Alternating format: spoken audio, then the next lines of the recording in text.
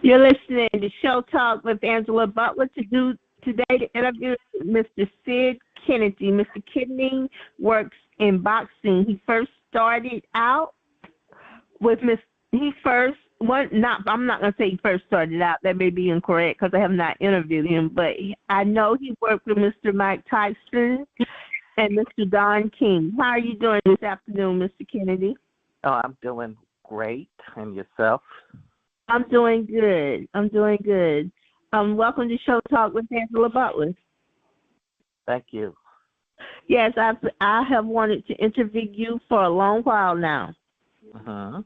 You put me off with Miss Cookman, Miss Bethune-Cookman, and I said, it's really him I want to interview. Yes, we'll try to get that interview with Miss Dr. Evelyn Bethune soon. I'll call her and find out what her timetable is. But yes, yeah, I'm happy to do the interview with you this afternoon. Okay, we are recording. Okay. All right. So, how did you get your start in boxing? Well, actually, as a youth, I spent time in the boxing gyms around Cincinnati, Ohio, where I'm from. And I got interested in start boxing as an amateur, and there were a lot of great champions and good fighters that came from, my neighborhood. And, I, just started staying with it and fighting in tournaments. And we had great champions like Aaron Pryor and Tony Tubbs come from the neighborhood. And, got a lot of national recognition and acclaim. And then after many years in the concert industry, I switched over to sports and entertainment PR, and I 96, shortly after the Olympics came to Atlanta, Georgia. And from there, I was working, with all the fights. Mike Tyson, for one, was one of our fighters, as well as Evander Holyfield and, Felix Trinidad and a lot of other notables, just to name a few. And we would have fights in Vegas and Atlantic City, and I would commute from Atlanta to wherever the fights were. And my job entailed PR, public relations, meaning that I would credential all the mass media, international and domestic and foreign press. Everybody from the HBO, Showtime network, the journalists, photographers, and sports writers. I would be responsible for credentialing them into the fight.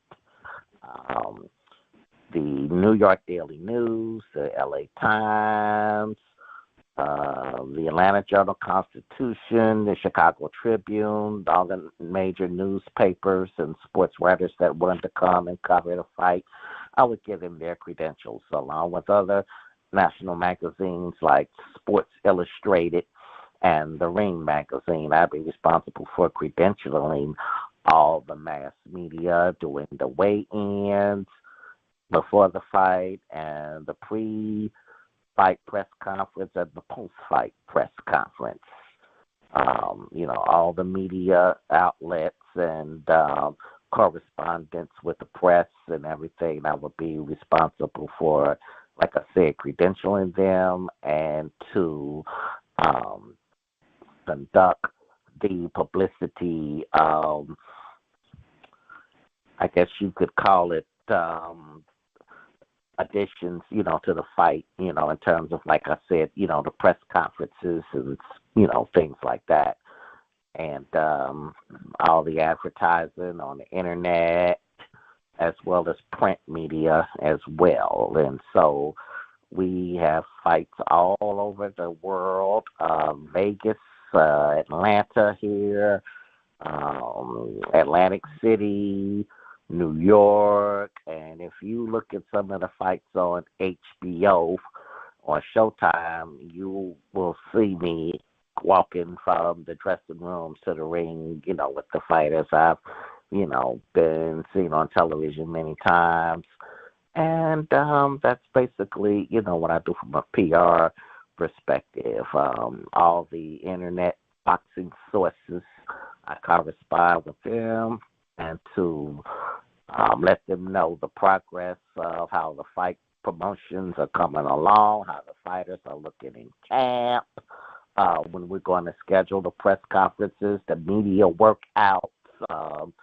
Sometimes, we have big fights like, Oscar De La Hoya, Bernard Hopkins, Evander Holyfield, Mike Tyson, Evander Holyfield, Lennox Lewis, Mike Tyson, Lennox Lewis.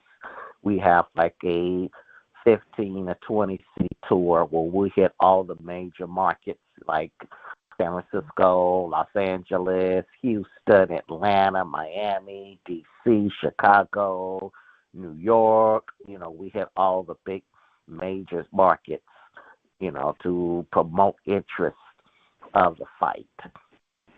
And, that certainly helps boost ticket sales and things of that sort. So that's pretty much what my job entails. Your job entails media and weighing people in. So what is the current fighters that you are working with? The current fighters that we have right now today is a kid out of Cincinnati. My name is Adrian Bronner. We just signed him. And I also work for other various promoters and, media outlets, Showtime, which is getting out of boxing the first of the year. They are following the lead of HBO. It's such a situation now where streaming has taken over the cable industry, the television industry as well, and the numbers, the pay-per-view numbers are not as high as it used to be. So to cut losses, HBO and Showtime have elected to leave boxing. So we're looking at going with ESPN or Amazon Prime to televise our fights in the future. And the fighters that we have today, are from the lightweight division, which is the most talented division in boxing now, with names like Gervonta Davis, Vasily Lomachenko, Teofimo Lopez, Shakur Stevenson,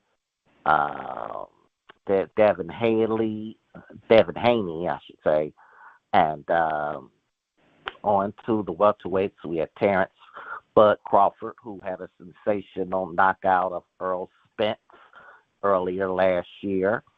And we have, Canelo Alvarez, who is the super middleweight, light heavyweight champion.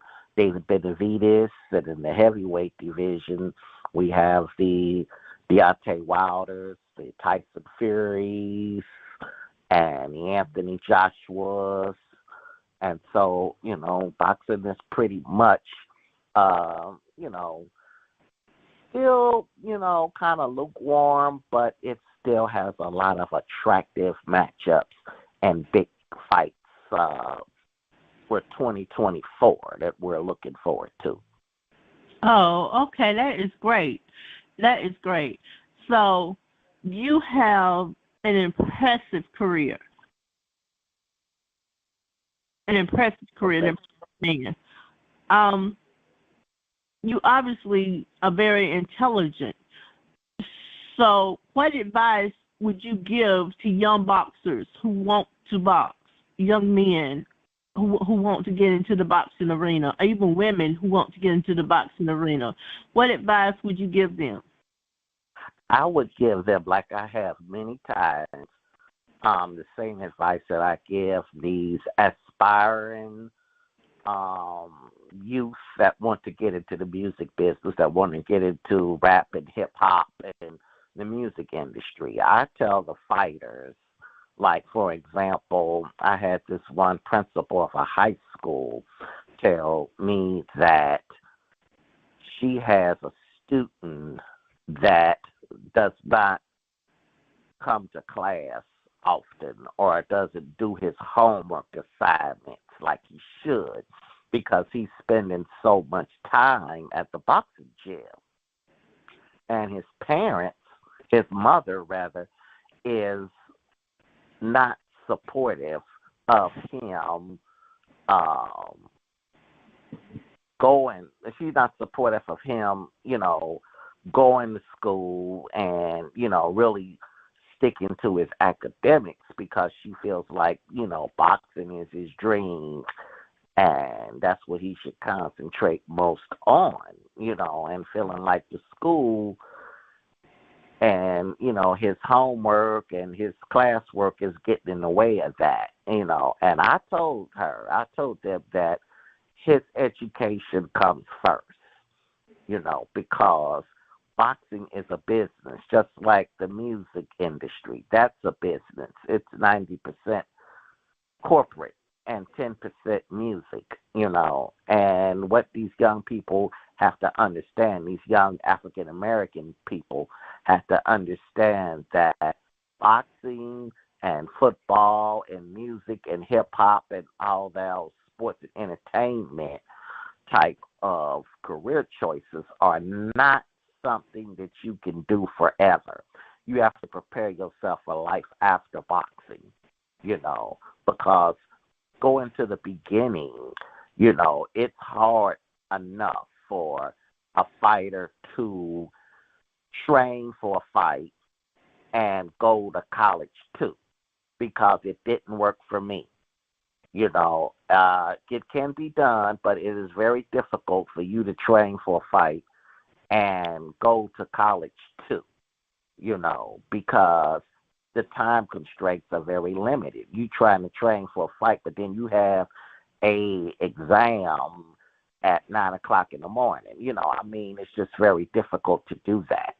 So it has to be one or the other, And so you should take this time when you're in high school to get as much education as you can so that when it's time to negotiate your contract with a Don King or a Golden Boy or a Al Heyman, you and your lawyer, can be on the same page, or you or their lawyers can be on the same page when it comes to negotiating your contract, because $1 million is not a lot of money in the fight game. Because out of that $1 million, after you get, well, first of all, the promoter is going to get his cut off the top. Then you have to deal with Uncle Sam, the tax man, and that's a big chunk. And then you have your sanctioning fees that you have to pay, the WBA, the WBC, whoever you have a title with. You have to pay your sanctioning fees to keep that organization going. Whatever belt you got to pay a sanctioning, what they call a sanctioning fee. And then you pay the state taxes. Say you fight in Las Vegas, you have to pay Nevada state taxes. And then you pay your trainer, your manager, your cut man, and hopefully you don't have 1 billion folks in your entourage, because you got to pay everybody from the boy carrying your bag, the boy carrying your spit bucket, and all your cheerleaders and stuff, if you got a big entourage, you taking everybody out to dinner and on a cruise to the Bahamas and all that. I'm just saying monetary mistakes that fighters have made in the past, But after you pay your manager, your trainer, your cut man, your advisor, your lawyer, out of $1 million, you might walk away with about 200,000. And, after you done bought Bentleys and Corvettes and big fine homes and, spend a lot of money on your homeboys and all that, that money is going to diminish after a short period of time. So you really check chasing. You really working to pay bills again because, like I said, $1 million is not a lot of money in the fight game. And what I would tell these young boys, young ladies, coming up in boxing that's aspiring to be a fighter, understand the business aspect of it. Because if your accountant can count and you can't count, you gonna be broke. That's right. That's You know, right. Good thing you're and telling them. yeah, and another thing, boxing is not something that you can do forever. Life after boxing. I work with an organization called Ring 10, and what we do is we raise money to help fighters in need. We don't get a lot of support like we should because the average person has no sympathy for a guy that has made $1 million or more when they will never see that kind of money in their lifetime. So people are less reluctant to give and help ex-millionaires when they can't rub two nickels together. This is the kind of world that we live in. That's why I tell these young folks, get an education, manage your money wisely because you could lose your next fight. You can suffer a career-ending injury like a detached retina or a brain injury. Fighters put their lives on the line every time they step in that ring, and who knows, with the snap of a finger, you may no longer be able to box again. How do you know you're going to win your next fight? And after too many losses, you're not going to be able to make, any more money, So you have to go back in the real world and get a regular job. It's like, what do you have to fall back on when your boxing career is over? That's where education comes in, and, not to mention the foolish, lavish spending that you might do. A lot of time you take care of, your brothers and sisters and 100 aunts and uncles and 500 cousins and your homeboys and, trying to take care of the whole hood, buying everybody Cadillacs, going to these casinos, gambling, and just, spending a whole lot of money excessively.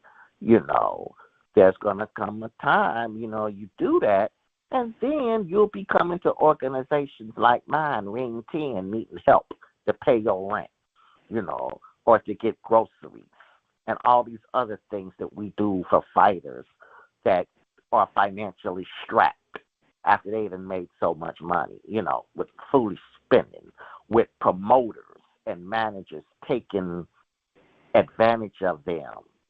A manager's cut of your purse is 33 and 1/3%. That's what you pay your manager after every fight. A manager gets 33 and 1/3% of your money. That's what you pay your manager. That's what and attorneys get in Florida. I'm sorry. That's what attorneys get in Florida, Mr. Kennedy. Mm-hmm. I believe it. Yeah. And some of them, depending on how stupid you are, will take more than that. Hidden costs, just like, Don King. And I'm not saying that I agree with everything he says or everything he does, but Don will take, exorbitant amounts of money, out your check, expense-wise, he, along with a lot of promoters, they will take back everything they gave you from the hotel room to the last Coca-Cola you drank. Don King one time charged Mike Tyson $800 for some washcloths and towels. I mean, it's just ridiculous, you know, how, if you're not smart enough to read these clauses in your contract, then, you could be swindled out of all kinds of money. You get a gift. That's a lot for of Christmas. money. That's Yeah, a you lot get it. to be spent out of some washcloths and towels. It's just ridiculous. I mean, you will get a gift, for your birthday or for Christmas or for winning the world title. Say, for example, you win the heavyweight championship and, the promoter gives you a brand new Porsche, okay? Or a Bentley, you know, that $300,000 for that Bentley is coming back out your check. I mean, I'm just telling you examples of the dirty stuff that these promoters and these record company people do. You look at your check like, what happened to the? I'm $300,000 short on my money. What's up? Well, that canary yellow Ferrari sitting in your driveway that you got for Christmas is coming out your check.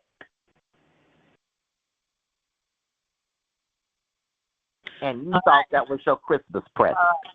You thought that was your Christmas present. Why Yeah. would you buy them that with their money without asking them? Well, it's a gift.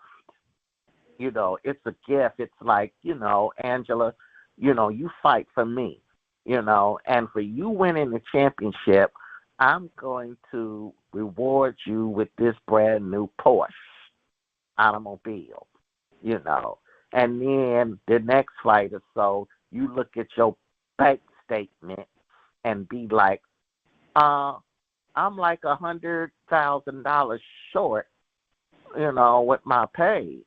Well, Angela, you know that red Porsche that you got for winning the championship? That's coming out your check. Floyd Mayweather Jr. and Deontay Wilder, they seem like they did well. Floyd had careful management. I don't believe that Floyd fought the best fighters at the right time, but it was due to his managers protecting him and guiding his career very carefully. When I say that I don't believe he fought the best fighters at the right time, I mean, Manny Pacquiao, it took them 5 years for that fight to be made. They were, fussing about drug testing and money and gate receipts, pay-per-view and all these things that management is supposed to deal with. That's their job.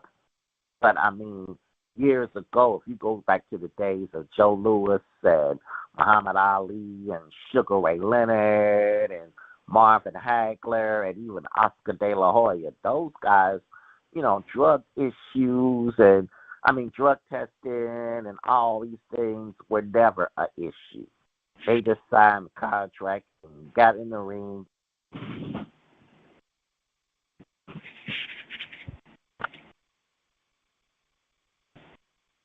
I cannot hear you, sir.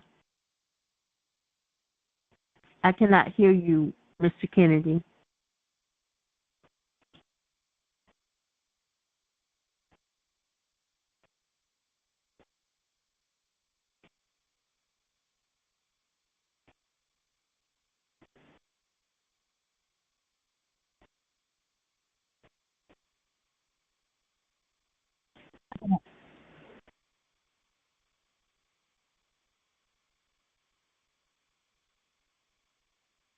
Okay, I think call might have dropped or something, but Call might have dropped. Yes, sir. I could not hear you. Hi, everyone. Mr. Kennedy is back.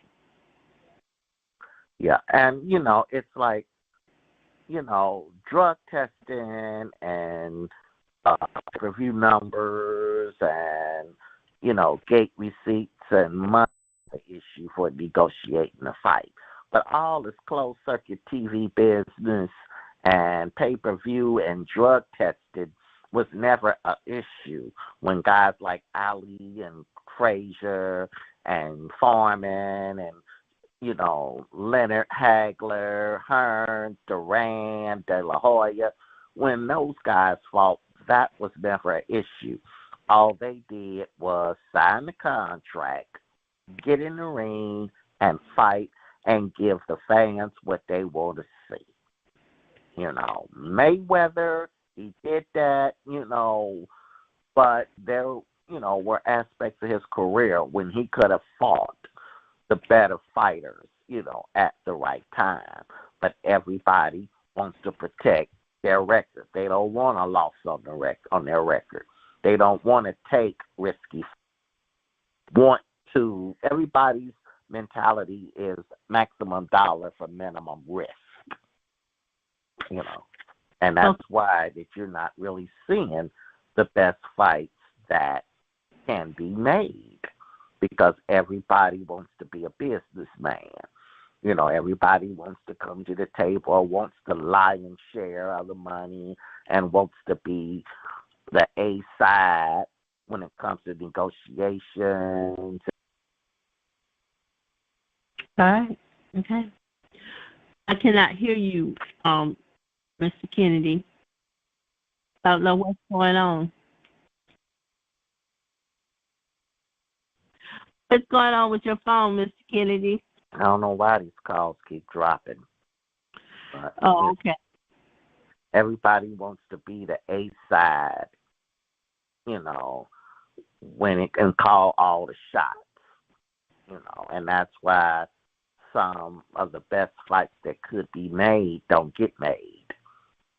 Everybody's egos get in the way. And Floyd, was carefully managed, but he didn't always fight the best fighters at the right time. Okay. All right. I understand that. I understand what you're saying, Mr. Sid Kennedy. So what about Mr. Deontay Wilder? Deontay, I like. Deontay just lost last month. He's coming off a loss. He says that, he'll be back. He's not finished. Deontay, as a fighter, has a lot of things that he needs to learn and work on. Learn how to box better, learn how to position his foot, his feet, his body. His footwork needs to improve, and he can't always rely on the big bomb. You have to have other skills to go along with that.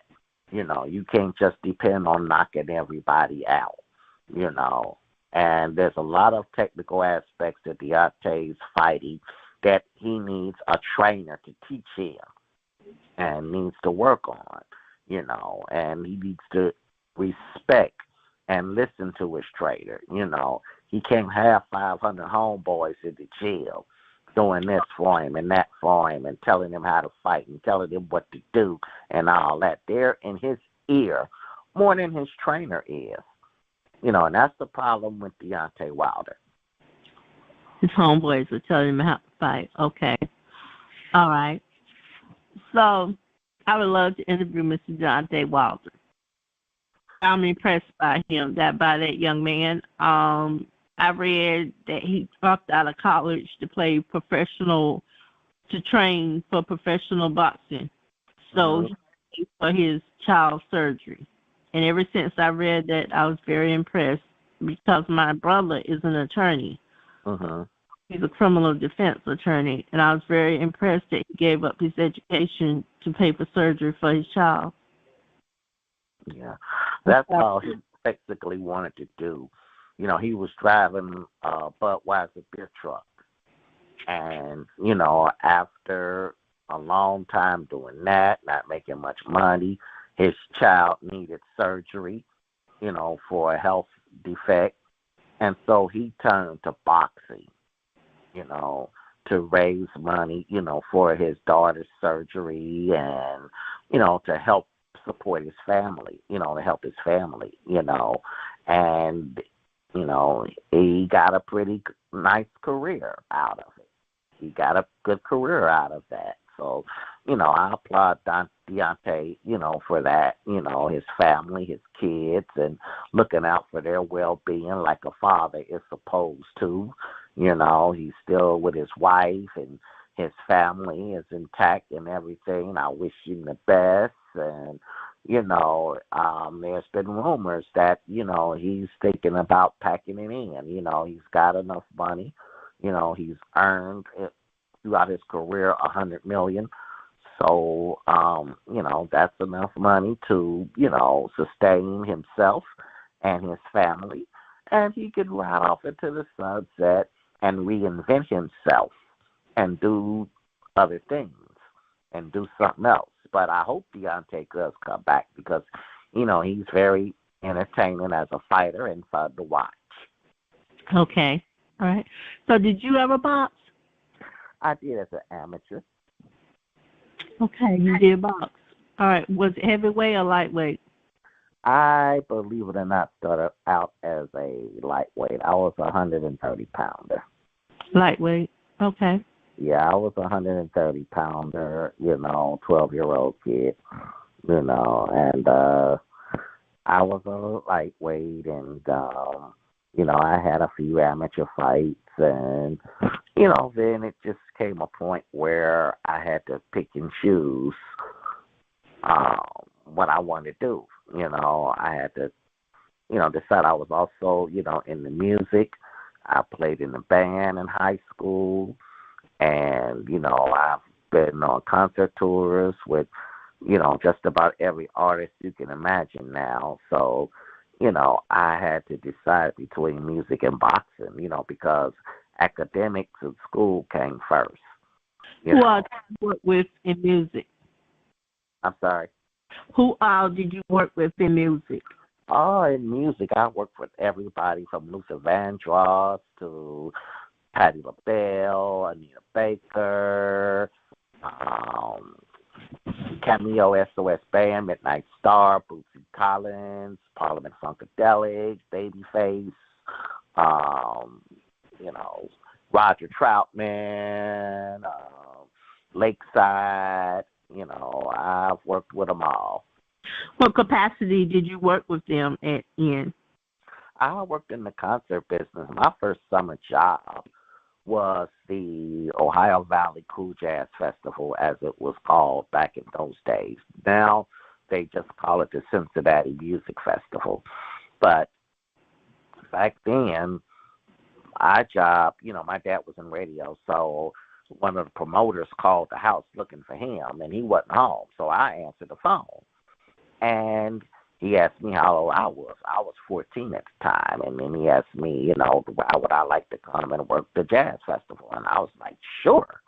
And I went down there, and my, soap, towels, toothpaste, food, make sure the caterers had everything, and everybody had it what they need in their dressing rooms. And I go back to, my first tour, was, Luther Vandross, and, I make sure he had his Kentucky Fried Chicken and, woke everybody up when it was time to get on the bus and go to the next city, call everybody's hotel room, make sure they're up and ready for luggage call and get to the next city, and I started off doing that, and I worked my way up to production manager.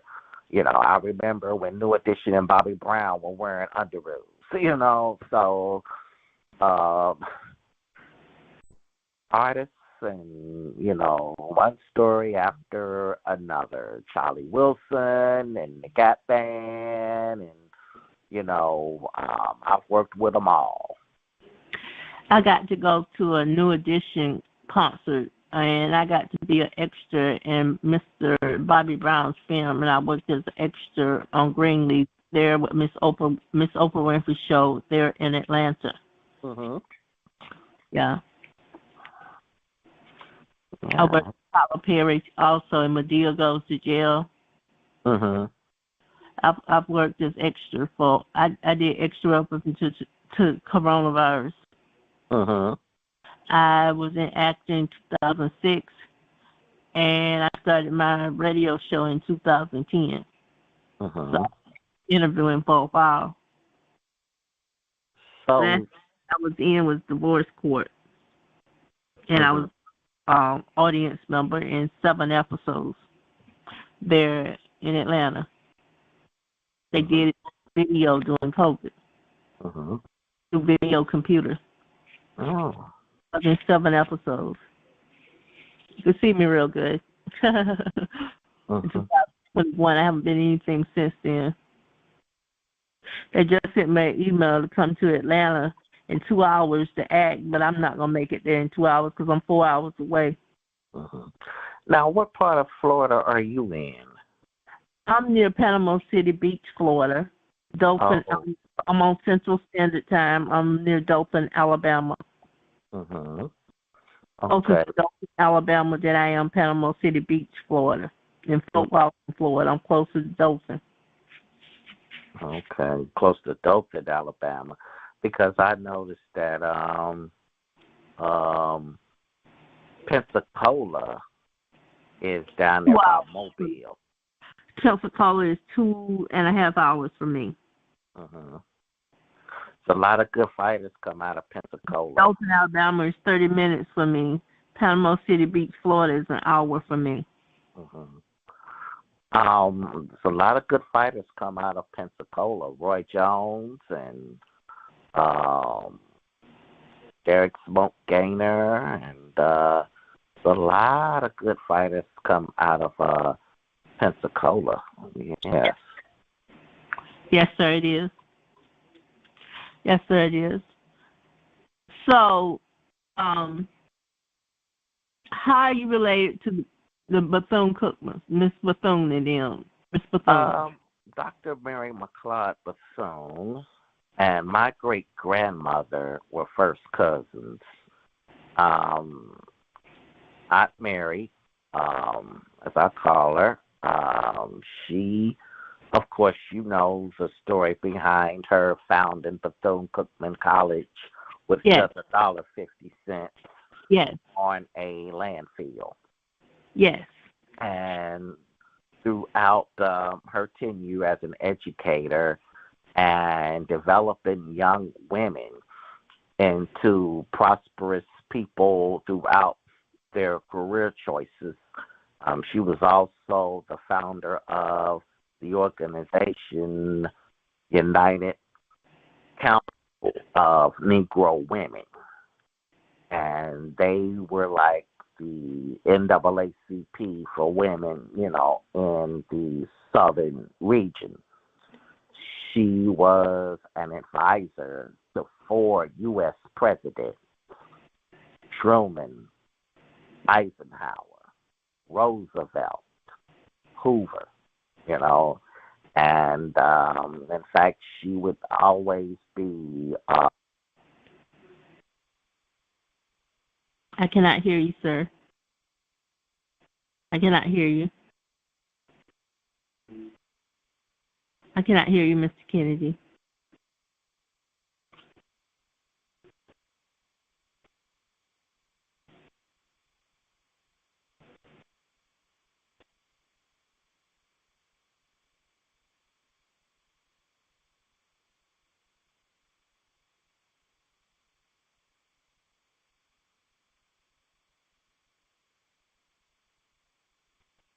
All right, She top. she was a advisor to 4 U.S. presidents, and her and the Roosevelts were very close. You know, in fact, she would always have an open invitation to come to the White House and, you know, hang out with Eleanor Roosevelt, you know, who was FDR's wife. And, you know, the Roosevelt family to this day speak very highly of Aunt Mary. Curtis Roosevelt, who was the son of FDR and Eleanor, had a book signing a couple of years ago here in Atlanta that I attended, and he talked about how, Aunt Mary was very vital in, his growing up and was a great asset to his family. That's wonderful. That's wonderful. Distinguished man, distinguished family. Distinguished family. Mr. Kennedy, well, I know you don't have a lot of time left. I hope to talk to you after the call. If not, I thank you for coming on Show Talk with Angela Butler, sir. You have a distinguished career, a distinguished family, a prominent man yourself. And I've enjoyed interviewing you. I've been after an interview with you for over a year now. Yeah. I hope your brother gets better. I'm glad he's got better. I hope your family stays blessed. Your brother, I hope he stays healthy and blessed. And you too, and your entire family. Thank you so much. We appreciate, your prayers and,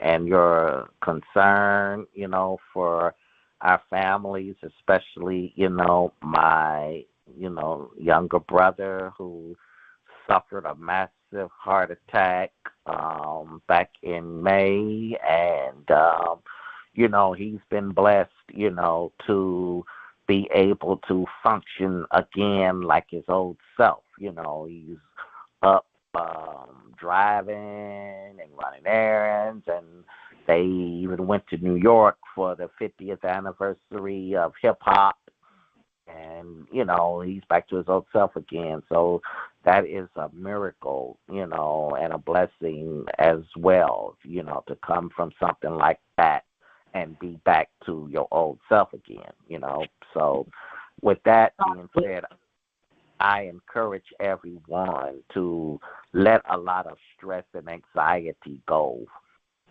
because that is a health hazard itself. Don't go through life worrying and grieving over the loss of a loved one, or letting people on the job piss you off and dealing with stress factors and that kind of thing. Kind of eliminate all that if you can. And that is the key to living a healthier life, watching your diet, certain things that you love eating and drinking, at a point as you get older, you have to let some of that stuff go, but that's, one of the keys to staying healthy, Yes, living sir. stress-free. Yes, sir. And keeping God in your life. I'm a diabetic, and I have high blood pressure, so I understand what you're saying. I have that disease, GERD. GERD, gastro, the erosion of the stomach. Uh-huh. Yeah, I have that.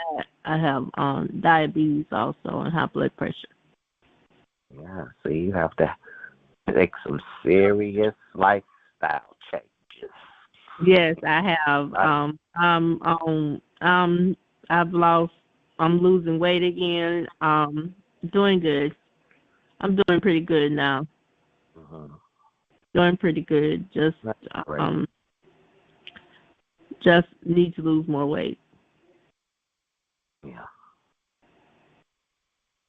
Other than that, I'm doing good. Okay. Okay, so thank you for coming on Show Talk with Angela Butler. Okay, my pleasure, and hopefully we can do it again soon. Yes, we will. We will do this again soon. I have enjoyed interviewing. I look forward to hopefully interviewing your cousin, Miss Bethune. Absolutely, and now see what her availability is. All right. Thank you, Mr. Kennedy. Thank you, Ms. Butler.